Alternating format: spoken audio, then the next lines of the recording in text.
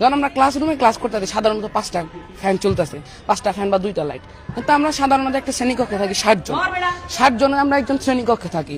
সরকার যদি বিদ্যুৎ সেভই করতে চায়, আমরা যদি অনলাইনে ক্লাস করি, এই 60টা নন হলে 50টা ফ্যান চলবে। তাহলে এইদিকে 50টা ফ্যান চলতেছে, ওদিকে চলতেছে 5টা, তাহলে আপনার কোনটা বেশি সাশ্রয় মনে হয়? আপনার দুই দিক দিয়ে তো চিন্তা করে দেখতে হবে। সাশ্রয় তো ক্লাসেই ক্লাস করা, নাহলে তো আপনার নতুন করে আপনার আরো 54টা, ধরেন 54 বা 50টা এরকম ফ্যান তো আপনার আবার চালাইতে হবে। তাহলে এদিকে বিদ্যুতের জ্বালানি সাশ্রয় কেমন হইতেছে? এই বাংলাদেশে যে জ্বালানি সংকট আছে এটা কাটুক, এবং সরকার চিন্তা করুক, সরকার গভীরভাবে চিন্তা করুক। সরকার আসলে অনেক চিন্তাই করে, কিন্তু আসলে বাস্তব ধর্মী চিন্তা এটা তাদের মধ্যে নাই। এখন আপনি দেখেন, আপনি যদি বাসায় ক্লাস হয় তাহলে আপনার বিদ্যুৎ অপচয় বেশি হবে, যেটা ক্লাসে করলে আরো কম হচ্ছে। এবার যে আমরা ইন্টারনেটের জন্যই করতেছি, প্রত্যেক দিকেই তো অপচয়, প্রত্যেক দিক দিয়ে তো অপচয়। তাহলে এটা আপনার বিদ্যুৎ জ্বালানি সাশ্রয় হইতেছে কেমনে? বর্তমান যুগে মোবাইল গেমস আর ডিজিটাল ডিভাইসের প্রতি আসক্তি এরা মানুষের অনেক বেশি।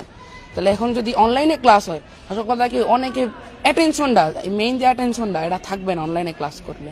অনলাইনে ক্লাস করলে অ্যাটেনশনটা এদিক থেকে রিলসের দিকে বেশি থাকবে।